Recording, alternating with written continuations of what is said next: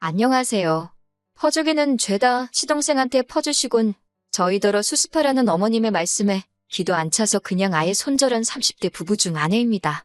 어찌 보면 저희 얼굴에 침뱉기인데도 이렇게 털어놓게 된 건 가슴이 너무 답답해서 이러다간 저희가 먼저 어떻게 될 것 같아서예요. 남편과는 대학생이던 시절 떠났던 어학연수에서 알게 되었어요. 당시 대학교 부속 어학원에서 수업을 들었는데 남편도 저와 같은 학생들 중 한 명이었지요. 제가 갔던 지역에는 유난히 한국 사람이 많이 없었고 그게 제가 그 지역을 선택한 이유이기도 했지만요. 그래서 남편을 보고 조금 놀랐던 기억이 나요. 타지에서 같은 나라 사람을 발견했을 때 반가움이랄까요? 하지만 그렇다고 남편과 제가 금방 서로 친해지고 그랬던 건 아닙니다. 저는 저대로 목표하는 바가 있었고 남편은 얼마 지나지 않아 한국으로 돌아갔거든요. 그리고 시간이 흘러 저 역시 계획한 어학연수를 마치고 한국에 돌아왔어요. 영어에 어느 정도 자신감을 갖게 되었지만 그래도 계속해서 연습하지 않으면 안 되겠더라고요. 그래서 외국인들과 영어로 대화하는 모임에 나가기 시작했는데 그곳에서 남편과 다시 재회를 했지요. 반대편에 서 있던 남편을 발견한 순간 반가운 마음도 들었고 동시에 우습게 들릴지도 모르겠지만 혹시 저 사람이랑 나 운명인가 그런 생각까지 잠시 들더군요. 남편도 저와 비슷한 마음이었는지 처음과 달리 그땐 무척 적극적으로 다가오기 시작했어요. 이후로 서로 빠르게 가까워지면서 연인 사이로까지 발전했고요. 저희는 8년이란 시간 동안 힘들 땐 서로에게 힘이 되어주고 기쁨이 되어주는 존재로서 만나왔어요. 저는 정말이지 남편에 대한 모든 걸 아는 사람은 저뿐이라고 믿었습니다. 그리고 앞으로 제 인생의 남자는 남편뿐일 거라고 확신했고요. 게다가 8년이란 시간 동안 생각할 시간을 갖자던가 헤어지자는 말은 서로 한 번도 해본 적 없었기에 남편이 결혼 이야기를 꺼냈을 때 고민하고 말 것도 없었달까요. 그리고 그 시간 동안 남편과 저 두 사람 다 어엿한 직장인이 되었습니다. 남편이나 저나 술이나 유흥을 즐기는 성격이 아니었고 그렇다고 명품을 좋아하고 허세가 있는 사람들도 아니어서 돈은 꽤 모았어요. 이 부분도 제가 남편과 결혼하기로 결심하게 된 이유 중 하나였고요. 하지만 결혼할 때 사람 하나만 보는 게 아니라 그 집안을 봐야 한다더니 그게 저한테 하는 말이 될 줄 누가 상상이나 했겠어요? 결혼과 신혼살림에 필요한 비용은 남편과 저 각각 1억씩 부담했습니다. 부족한 부분은 대출을 받았고요. 마음 같아선 영끌을 해서라도 서울에 위치한 아파트를 장만하고 싶었지만 시댁에서 먼저 아직 장가 안 간 시동생도 있고 대학생인 신우도 있어서 경제적인 도움은 못 줄 것 같다고 선을 그으셨거든요. 반면 저희 친정부모님께선 두 분이 사시는 아파트를 담보로 대출을 얼마 받아주시겠다 하셨지만 그건 제가 거절했어요. 친정아버지께선 정년까지 얼마 남겨두지 않은 상황이었고 그러면 결국엔 대출 자체가 친정부모님께 큰 부담이 될 건 안 봐도 뻔한 일이었으니까요. 그런데 신혼여행을 다녀오자마자 황당한 상황을 맞닥뜨리게 되었습니다. 그건 바로 어머님께서 남편 쪽에 들어온 축의금을 전부 가져가셨더라고요. 참고로 어머님, 아버님, 손님은 10분도 되지 않는 친척분들이 전부였고 나머지는 전부 남편이 사회생활을 하며 쌓은 인맥이었네요. 그리고 그들 대부분이 시쳇말로 이미 남편이 뿌린 돈도 있고 앞으로 뿌려야 하는 돈이었고요. 무엇보다도 결혼식을 며칠 앞두고 남편이 어머님께 자기 앞으로 들어온 축의금으로 식대도 내야 하고 여기저기 써야 하니까 가져가시면 안 된다고 몇 번이고 말씀드렸고 알겠다는 다짐도 받아놓은 상황이었어요. 그리고 결혼식 당일에는 신랑 신부인 남편이나 저나 정신이 하나도 없었고 그러자 시동생이 먼저 자기가 축의금을 맡아주겠다 했거든요. 남편은 내키지 않아 하는 눈치였지만 달리 방법이 없으니 남보다야 낫겠지 싶어서 맡겼던 모양이고요. 이후로 저희는 결혼식을 마치고 바로 신혼여행을 떠났습니다. 그런데 신혼여행에서 돌아와 시댁에 인사를 갔는데도 어머님께서 축의금에 대해선 영 이렇다 저렇다 말씀이 없으셨어요. 결국 눈치만 보던 남편이 먼저 축의금은 얼마나 들어왔냐, 장부는 어디 있냐 하며 돌려달라 했어요. 그러자 어머님께서 아무렇지도 않은 얼굴로 그 돈은 벌써 다 썼지 그러시는 거예요. 말하던 남편이나 옆에서 상황을 지켜보고 있던 저나 둘 다 너무 황당해서 어머님을 쳐다만 봤어요. 그랬더니 어머님도 그제서야 좀 민망하셨는지 시동생이 사업하는데 급하게 돈이 필요하다고 해서 일단 쓰라고 주셨답니다. 어이가 없어서 그러면 장부라도 달라고 최소한 얼마를 가져간 건지는 저희도 알아야 하지 않겠냐 했습니다. 그랬더니 어머님께서 장부는 어디 있는지 모르겠다 하시대요. 얼만지도 세보지도 않았다나요. 그러면서 그거 뭐 몇 푼이나 된다고 결혼하자마자 빚쟁이 마냥 쫓아와서는 돈 타령이냐고 오히려 당신이 불쾌한 기색을 내비치시는데 어떻게 이렇게 뻔뻔하신가 싶대요. 그 일로 남편은 저에게 몹시 미안해했어요. 그리고 그제서야 저에게 털어놓기를 어머님 아버님이 그렇게 시동생한테 맥을 못 추신답니다. 공부도 잘하고 성실한 남편과 달리 시동생은 어려서부터 문제가 많았대요.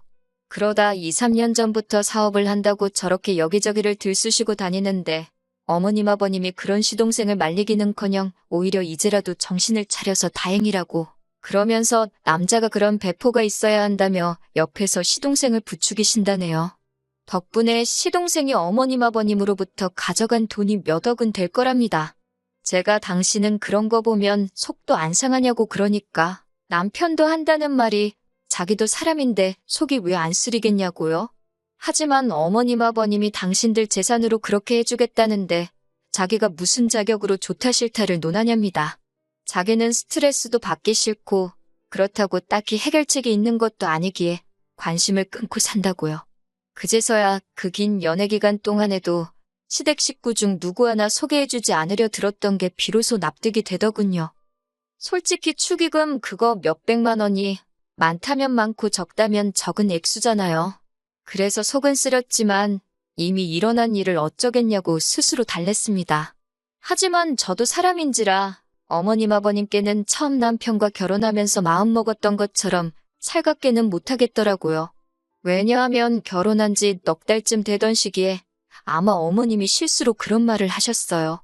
지금 살고 계신 아파트도 은행거나 마찬가지다. 대출이 너무 많다 그렇게요. 그래서 알고 보니 시동생 사업자금 대주신다고 당신들 사시는 아파트를 담보로 대출을 있는 대로 받으셨더라고요. 대출 상환은 시동생이 하고 있나 싶었지만 굳이 알려고 들지도 않았어요. 알아봤자 머리나 아프지 막말로 제가 갚아드릴 것도 아니었으니까요. 한편 그 사실을 알게 되고 얼마 지나지 않아서부터는 어머님께선 툭하면 전화를 걸어오셔서는 당신 생활을 가지고 한탄을 하시더라고요. 관리비가 너무 나와 못 살겠다. 물가가 너무 올랐다. 하지만 남편 말로는 그래도 아버님이 평생 직장 생활을 하셔서 연금도 나오고 생활이 크게 빠듯할 지경은 아니라고요. 그런데 문제는 그 돈마저 시동생에게 퍼주기 일쑤셨으니 당연히 당신들 삶이 고달플 수밖에 없었지요. 그런데 그런 하소연은 꼭 저나 저희 남편한테 전화를 하셔서 혹은 집으로 불러서 면전에다 대고 하시기 일쑤였습니다. 그럴 때마다 저는 일부러 말귀도 못 알아듣는 눈치 없는 며느리 마냥 그러니까요. 고생이 많으시겠어요 하고 적당히 응수할 뿐이었어요. 그랬더니 작년 초부터는 아예 저희 부부를 앞에 앉혀놓고는 대놓고 생활비를 요구하시대요. 당연히 못 드린다고 했어요. 막말로 어머님 아버님이 당장 어떻게 되실 만한 상황도 아니었고 도와드려봤자 그 돈 M1 주머니로 들어갈 게 뻔했으니까요. 게다가 저희는 신혼 초부터 버는 족족이 대출금부터 갚고 있었습니다. 저축이라곤 미래에 갖게 될 아이를 위한 정도였지요. 아무튼 저희도 나름대로 계획이 있는데 어머님께서 뜬금없이 돈을 요구하시니 속상하고 서운하고 어이가 없었지요. 말이 나와서 말이지만 그렇다고 아예 시댁으론 돈 한 푼 안 드리고 그런 건 아니에요. 생색내자는 건 아니지만 저희 나름대로 할도리는 한답시고 명절이나 생신처럼 챙겨야 하는 날에는 적게는 30만 원에서 많게는 50만 원씩 드렸어요. 식사도 꼭 나가서 좋은 걸로 사드렸고요. 그리고 남편 말로는 저와 결혼하기 전에는 자기는 이렇게 챙겨드린 적은 없다대요. 하지만 어머님 아버님께서는 이런 일을 당신들이 배 아파 낳은 아들은 안 해도 며느리인 저는 꼭 해야 한다고 생각하시더라고요. 그게 며느리의 도리라면서요. 아무튼 생활비 이야기가 나왔을 때 제가 단칼에 어머님의 요구를 거절하자 그때부터 어머님도 아버님도 걸핏하면 저한테 화를 내셨어요. 음식 하나를 해드려도 짜다 어쩌다 하시면서 당신들 안 걸려 죽으라고 고사를 지내는 거냐 하질 않나. 안부도 여쭐 겸 전화를 하면 당신들을 제가 염탐한다고 안 하면 당신 죽고 나서 할 거냐고. 도무지 어느 장단에 춤을 춰야 할지 모르겠더군요. 그래서 한 두세 달 그러다 제가 먼저 두 손 두 발 들었습니다. 해도 욕 먹고 안 해도 욕을 먹는다면 안 한다고 한마디로 자포자기 했달까요? 그리고 중간에서 남편이 보여준 모습은 실망스럽기 짝이 없었습니다. 남편이 저더러 어머님 아버님과 기싸움하지 말고 그냥 관리비 내드린다 생각하고 50만 원씩 드리자대요. 그래서 그렇게 하면 나도 친정부모님께 똑같이 드리겠다니까 그건 좀 아닌 것 같다나요. 저희 친정부모님은 빚도 없으신데 왜 우리가 그걸 내드리냐고 순간 너무 열받아서 제가 어머님 아버님이 나 때문에 빚지셨냐고 소리를 빽 질렀습니다. 돈 가져다 쓰는 사람 따로 개같이 버는 사람 따로냐고 따다다다 쏘아대니 저더러 부모 자식 간엔 뭘 그렇게 따지냐고 그래요.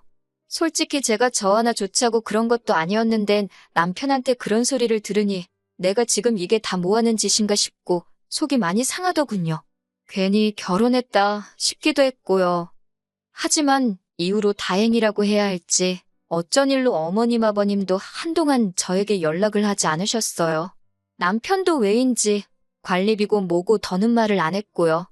덕분에 문득문득 한 번씩 생각나면 우라가 치밀기도 했지만 남편과의 사이도 다시 조금씩 나아졌지요. 그러다 지난해 초겨울이었습니다. 아버님 생신이라서 시댁에 갔어요. 나가서 식사를 하기로 했던지라 달리 음식을 해가고 그러진 않았고 아버님 필요한데 쓰시라고 30만 원 챙기고 케이크 하나 준비했네요. 그렇게 도착한 시댁에는 시동생도 신우도 있었습니다. 하지만 어째서인지 집안 분위기는 좋질 않았지요. 무슨 일이냐 해도 누구 하나 시원하게 말해주는 사람이 없으니 제가 불청객인가 싶어서 그냥 가야겠다 싶대요. 그런데 그때 어머님께서 저희 부부더러 할 말이 있다며 저희를 따로 부르셨어요. 그리고 어머님이 하시는 말씀이 어처구니가 없더라고요. 어머님 아버님께서 살고 계시는 아파트에 대출이 걸려있는 건 이미 알고 있었잖아요. 그 이유도요. 관심을 끊었다 했지만 사실 두어 차례 높아심에 어떻게 갚으시려고 하냐 여쭤본 적이 있어요. 그때마다 어머님께선 제가 마치 어머님 아버님 아파트를 탐이라도 낸다고 생각하셨는지 굉장히 적대적으로 나오셨고요. 그런데 어머님 아버님이 정확히 언제부터 은행 빚을 전혀 갚지 못하고 계셨는지 은행 쪽에서 경매에 넘기겠다고 연락이 왔답니다. 어머님에 대한 제 감정이 좋은 것은 아니었지만 그래도 가족으로서 그 소리를 듣곤 당연히 놀랐지요. 어쩌면 좋냐는 어머님 말씀에 제가 해드릴 수 있는 일은 달리 없어 손을 잡아드렸습니다. 그랬더니 어머님께서 그래서 말인데라며 저희 지금 전세로 들어간 아파트 곧 계약이 끝나지 않냐입니다. 제가 그렇다 하니까 그럼 계약 연장을 하지 말고 그 전세 보증금으로 어머님 아버님이 지금 살고 계신 아파트를 사랍니다. 싸게 해주겠다면서요. 순간 벙찐 제가 그럼 어머님 아버님은 어디로 가시려고 하냐니까 당신들이 가긴 어딜 가냐고 우린 계속 여기서 사는 거지 그래요. 그러면 저희는 어디 가서 사냐니까 어머님이 저더러 너는 말귀를 알아듣는데 못 알아듣는 척을 하는 거니 아니면 정말 멍청해서 못 알아듣는 거니라며 화를 내기 시작하셨습니다. 어이가 없어서 그럼 지금 저희더러 저희 돈으로 이 아파트를 사고 어머님 아버님까지 모시고 살라는 거냐니까 어머님이 걱정 말래요. 당신은 꽉 막힌 사람이 아니랍니다. 제가 일하느라 살림에 소홀하고 뭐 야근하느라 집에 늦게 들어와도 친구를 만나도 잔소리는 안 할 거라나요. 아무리 어머님이 저보단 나이도 많고 어른이라 해도 그 뻔뻔한 태도를 보고 있자니 할 말은 해야겠다 싶더군요. 어머님더러 제가 굳이 왜 제 돈을 써가며 고생을 사서 해야 하냐고 따졌습니다. 남편한테도 당신도 한번 말해보라고 내가 왜 그래야 하냐니까? 이때는 전과 달리 남편도 많이 언짢아 보이더라고요. 남편도 제 말이 맞다면서 어머님더러 그게 말이 되는 소리로 들리냐고 호통을 치대요. 능력이 안 되시면 집을 파시고 살림은 시동생이랑 합치시라면서요. 그랬더니 시동생이 들이닥쳐서는 아주 난리를 칩니다. 부모님 모시고 사는 남자한테 어떤 여자가 시집을 오겠냐면서 자기는 그럼 뭐 평생 혼자 살란 이야기냐고요. 그러자 남편이 시동생더러 혼자 살던 장가를 가던 그건 내 알 바가 아니고 관심도 없다고 하지만 부모님으로부터 제일 도움을 많이 받은 게 너 아니냐. 지금 사시는 이 집에 이렇게 빚이 많이 생긴 것도 너 때문이지 않냐. 그러니 네가 책임져라 하대요. 그러자 시동생이 나이는 30도 넘어서 사업한답시고 거들먹거릴 땐 언제고 자기가 불리한 상황이라고 어린애 마냥 떼를 쓰는데 저게 뭐하는 짓인가 싶어서 한심하기 짝이 없었지요. 어머님 아버님은 어머님 아버님대로 자식이 셋이면 뭐하냐. 돈 앞에서 부모고 뭐고 없다면서 당신들 헛살았다고 눈물 쥐어 짜내시는데 솔직히 방법이 아예 없는 건 아니었잖아요. 사시는 집 팔아서 일부는 대출 갚는 데 쓰시고 남은 돈으로 형편에 맞는 곳으로 이사를 가시면 되는 어찌 보면 간단한 일이었어요. 하지만 어머님은 죽어도 집은 포기 못하신다고 버티시니 제가 어떻게 달리 도와드릴 방법이 없었네요. 이후로 벌써 넉 달째 저희 부부는 그날 이후로 어머님 아버님과 완전히 소식을 끊었습니다. 시동생과 신우의 앓는 소리, 말 같지 않은 헛소리도 깡그리 무시하고 있지요. 그러면서 저더러 하는 말이 자기 몰래시댁에 돈을 보내거나 그럴 생각은 말랍니다. 저도 물론 그럴 생각도 없었고요. 저는 솔직히 아예 관심을 끄고 있어요. 이런 엉망인 상황에서 괜히 나서고 싶은 마음은 추호도 없거든요. 부모 자식 간이니 평생 안 보고 살진 못하겠지만 자기들끼리 알아서 풀던지 말던지 그건 그냥 지켜보고만 있을 생각이에요. 지금 당장은 저는 그저 아무쪼록 어머님 아버님 건강만이라도 잘 지키시길 바랄 뿐입니다.